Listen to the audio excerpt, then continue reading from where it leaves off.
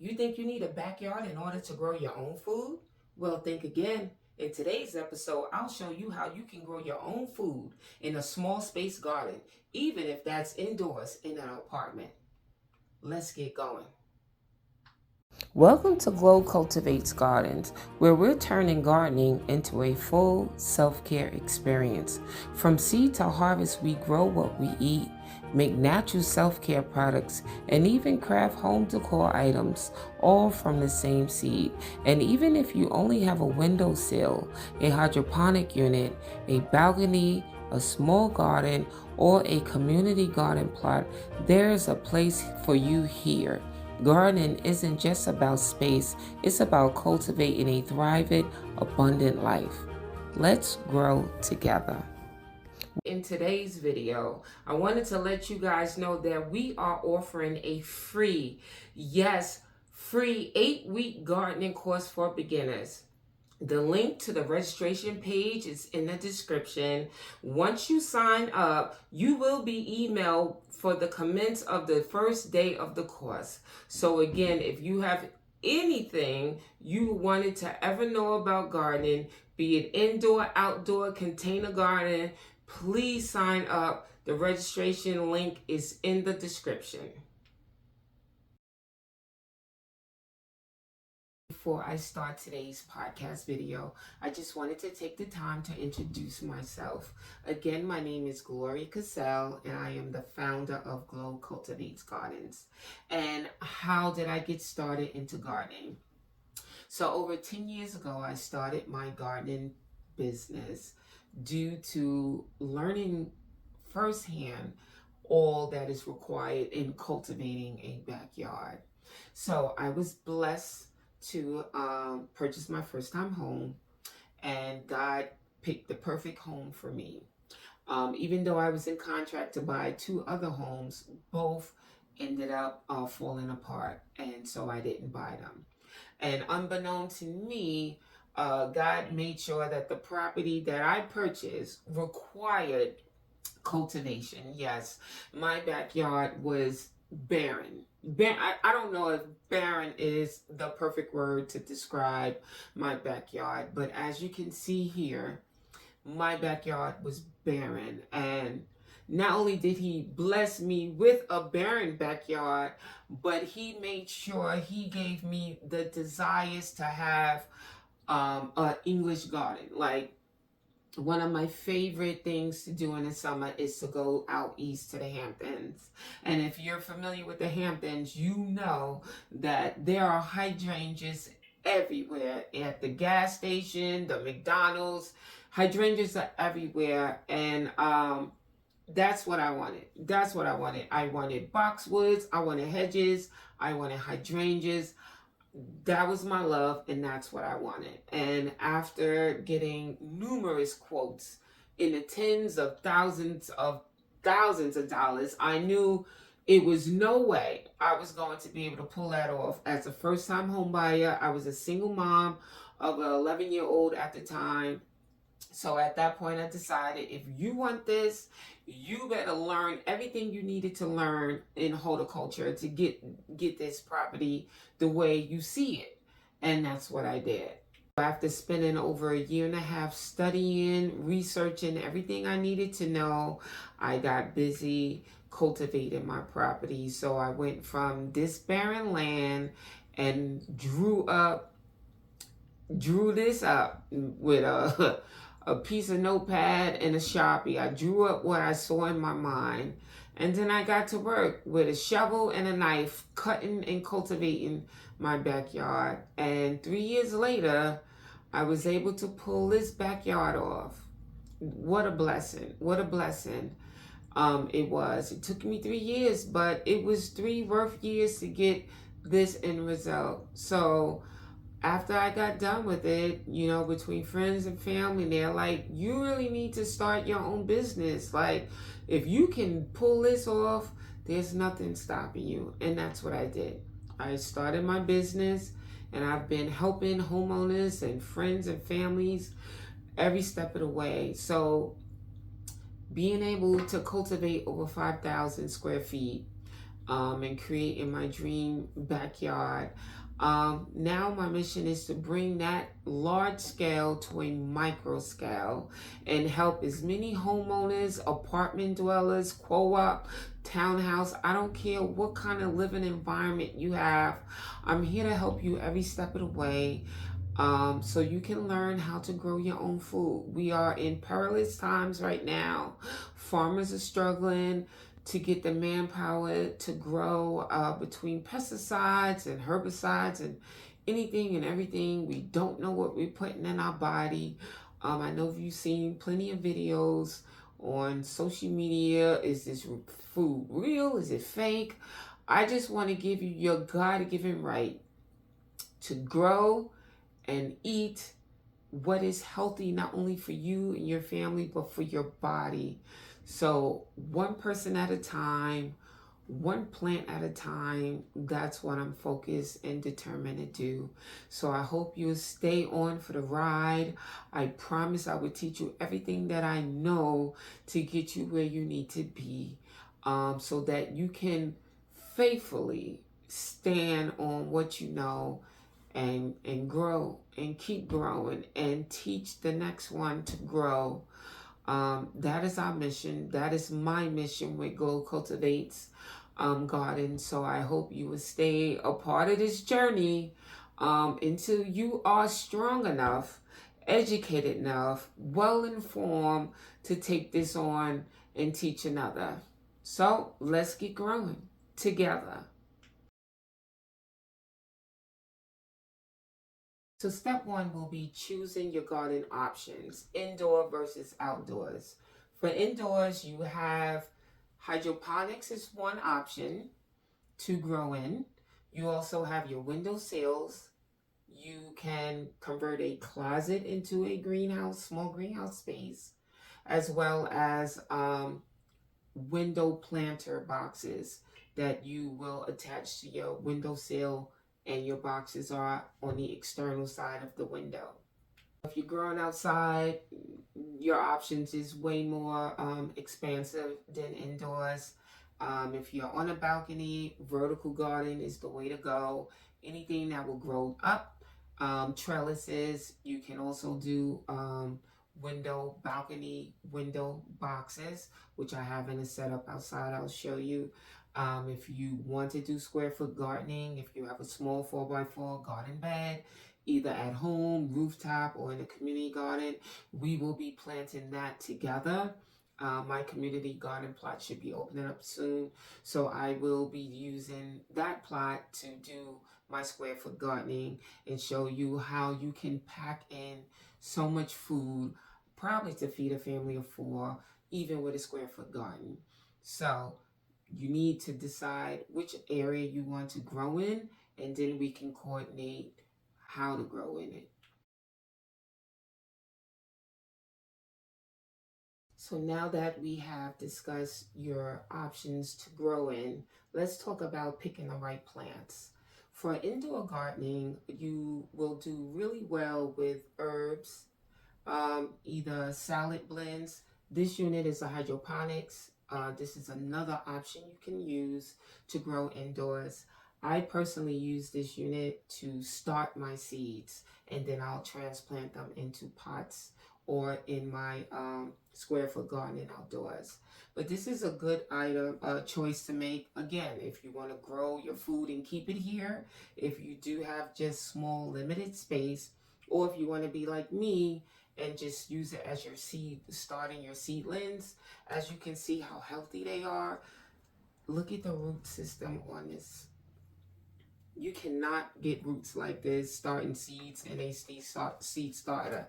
So definitely an option to use. And this unit, I barely paid $40 on Amazon. If you just search hydroponic units, it's so many options out there.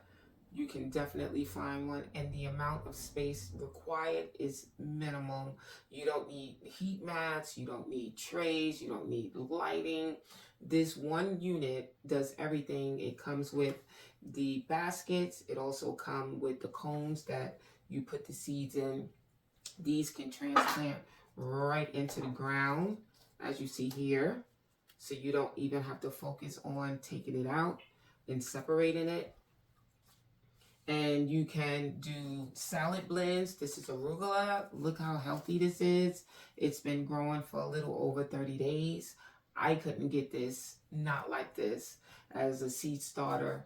You don't have to worry about the legginess that seedlings have sometimes, struggling for light. I honestly suggest, and I am definitely go-to for starting seeds and hydroponic unit. Even if you love getting your hands in soil, use this unit to start your seeds. I did start seeds for my indoor setup. I'll show you what that looked like. And yes, with all the growing lights that I have, they still had leggy issues. So get this unit. Seriously, get you one. I've even have a secondary one. I haven't used it yet, but I got it from Home Goods or Marshalls on clearance for $20. It's worth the cost, and you literally spend almost the same amount buying all the startup seedling, the startup unit that you need to grow your own from a seed starter tray. Between the soil, the peat moss, the trays, the heat mat, the lighting, you spend just as much, if not.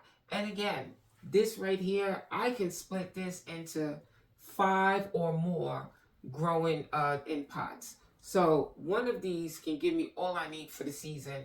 Look at this. Look at the kale. Like I can break this off and get 5 separate growing. So please, if you limited on space, you don't want to fool around with the trays and keeping the humidity and the humidifier and lights, get you a hydroponic unit to either grow throughout the year in or to start your seeds. Again, lettuce, microgreens, herbs, cherry tomatoes, any dwarf variety you can find is good for indoor gardening. You should have no issue with that. I'll show you again later in the video a setup that I did. I also have hanging plants. I haven't really done much yet with it. I want to grow my food along with you guys, so I just did enough just to give you an idea of what can be done, but I truly look forward to growing with you.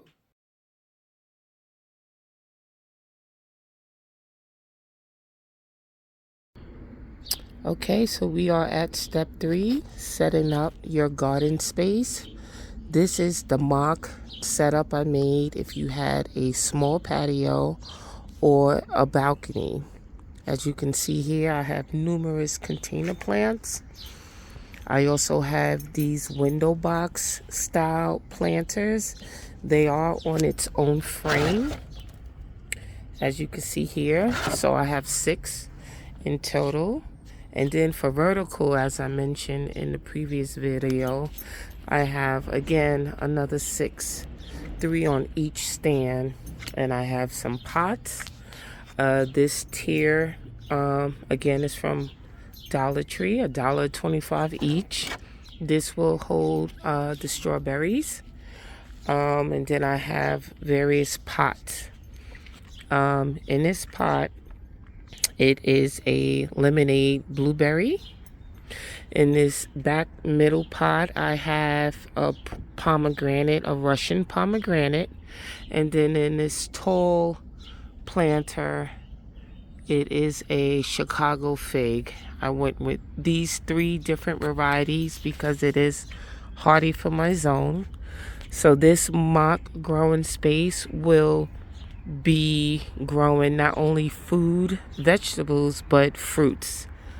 So I'll have blueberries, pomegranate, figs, and strawberries. These 4 hanging pots is again from Dollar Tree. It's perfect for vertical growing and just to keep stuff off the floor. So as you can see, I have tons of selections of pots and growing containers. I believe my stoop is about 6 feet. So if you just think about the average balcony, you can see how much you can get in that. Also right here, as you can see, I have a window box planter here, which is on a wrought iron frame. So just imagine if you had a railing going over your entire balcony, how many of those window boxes you could get across. So hopefully this gives you some kind of idea on how much you can jam pack in containers if you have a patio or balcony. Okay, as promised, this is the setup, mock setup, as if I had an apartment. These four, actually it's 9 in total of these I got from Dollar Tree, $1.25 a piece. So they can go to the floor, but I think they would struggle too much with the light. Here's one here, and here's the second grow light that I use for these tower plants. One that I'm excited is here's snap peas. If you like sugar snap peas, so I will trail them up here on these hooks once they are tall enough. This is the second of the 3 basil plants. And then what I did in a windowsill, this would be the third plant. These are the seedlings from the hydroponics, the kale, the arugula, and the muscadine mix. Here in these hanging pots, as you can see, I had strawberry plants outside. So I brought them in to see if they'll do well in here. So wish me luck with that. And again, here's the hydroponics. I took a lot out, so I'm going to start new seedlings here. And this unit I didn't even use yet, but this is the one I got on clearance at Home Goods for $20. So as you can see, I'm not using much footprint, barely 3 feet in total. If I bring 4 feet in total, if I bring everything together. So if you have the space for this little setup, you can see I didn't even do the baskets either. So here I would put probably more salad blends, but I just wanted you to see that it's definitely a lot of food here. I have salads, peppers, spinach. This is spinach, radish. This is cilantro, salad.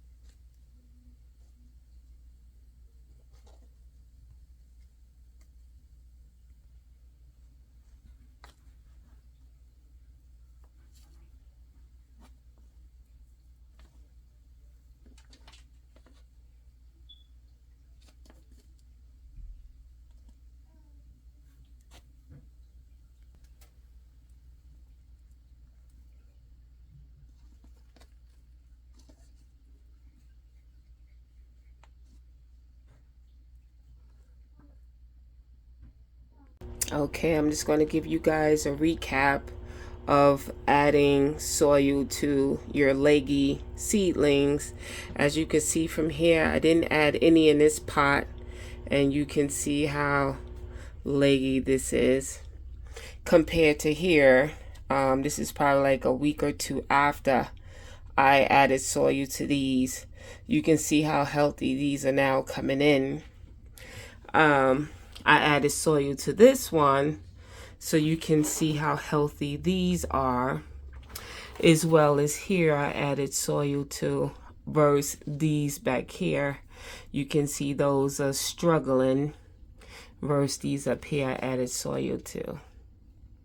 And another example, these I didn't add any soil to, so they're pretty leggy, versus these I added the soil to, and they're the same seedling, and you can see the difference. So please add the soil to your seedlings. Again, it doesn't matter if you cover some with soil. You're going to have to thin out anyway. Look at this. So the method that I use to tackle seedlings that become leggy due to the lack of light is covering them in soil. Add soil to your pot. Make sure you fill the pot up into the tops of the seedling. Don't worry if some of your seedlings get covered in the soil. You have to thin out another option you can have in regards to growing herbs plant if you don't want to commit to so just make sure you focus on having a few seedlings exposed above soil after you add the soil. This will help the plant grow from the the base of the exposed seedling thereon, which will give you a more healthy plant. Dollar Tree. I also already had this metal two-tier stand. If you, excuse me, if you have something similar, or if you come across something that you can use to put it right on your dining room, kitchen table, let's make a living herb garden. So, these are the seedlings from my hydroponic. So I wanted to not only do herbs, I wanted to do some greens as well that I can just cut from because I do juice a lot. So now this one here, you see, I still have two left that I can put somewhere else. I'm just going to put it in this pot of some soil already started, and I'll add some more soil to it. And this is the kale. And that's it. All I have to do after that is just put some water in it for the roots to settle. If you are doing transplant, please make sure you keep an eye on this the soil. Transplanted plants should be watered at least every other day, at least for the first week or so, 2 weeks maybe, just so it doesn't go through transplant shock or things like that. So I have these little cute sticker decals that came with something I purchased prior with the chalk marker. So I'll just write kale and then I'll put it right on the pot. So as it grows, I can always identify what it is and kale. See? So I also have the arugula. So I'm gonna do the same thing. Pull it out of the basket. Yes, I lost some roots, but it'll be okay. I'll put some Epsom salt. That's good for treating transplant shock. Epsom salt water. So if you buy Epsom salt or Google it, you'll find how you can Epsom salt, the quantity with the water, and they're good for a transplant shop. Trust me on it. So that's arugula. So I'll make another tag.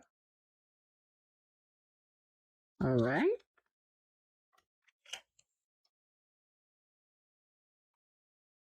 I see I'm smearing it, so I'll fix it later.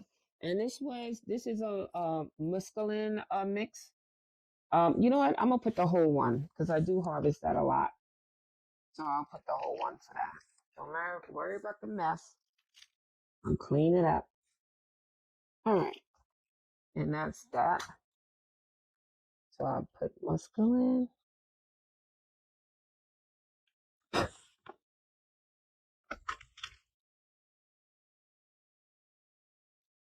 And okay, so now this is Italian parsley. So as you can see, the herbs are definitely taller than my stand. So what I'm gonna do is just cut the tops. So I'm basically harvesting this now. I'll put it in a wet paper towel and in a Ziploc bag, and that will keep it fresh. So if you have to do the same for yours, wet paper towel, wrap them in, and then a Ziploc, keep it moist, and that'll keep it fresh. All right. So now I'll harvest enough to keep me a couple of days. Um, and you know what? I'm gonna take it out of this pot so that way I don't have any root bound, because that can be the issue. And later on, I'll just add a little more soil on top. So this is parsley.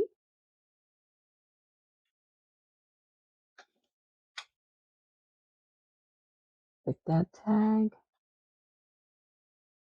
And what else do we have? Rosemary. So this one, I think I can, let's see, I don't want it, because I intend to harvest pretty often, so they'll stay short enough. Yeah, I'll leave this one as it is. So rosemary,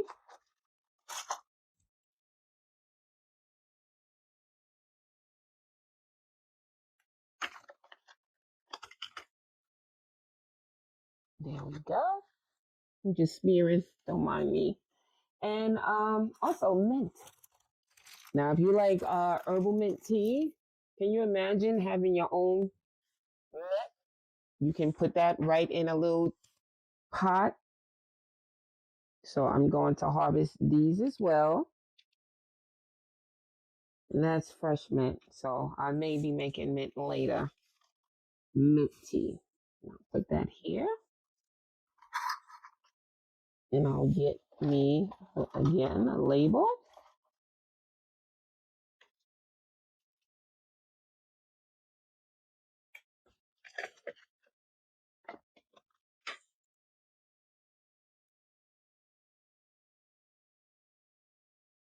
And lastly, I will be doing the basil. Now, this basil is pretty big, so I will not be putting the entire um, pot in.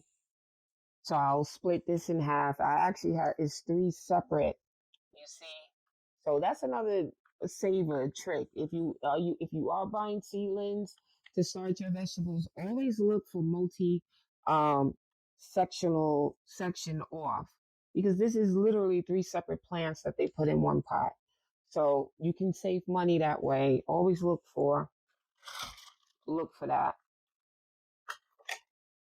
So I'll just take one piece. One. I still have two left. And I'll put it in this pot.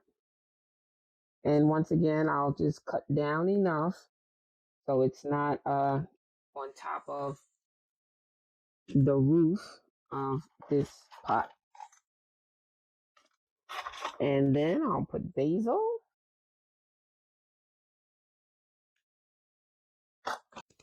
Okay, so we're done with putting the potpourri as the accent to this, so I don't have like bare metal showing. But look at it. We have a living food tower. You have salad greens above and all of your herbs below. If you love mint tea, you're harvesting your own mint tea. No more mint tea bags and not know what's in it. You have your parsley, oregano, rosemary, basil, like all your staple herbs that you need to cook with, and it's right here. And perfect. I can leave this right on this table. This area gets adequate sunlight.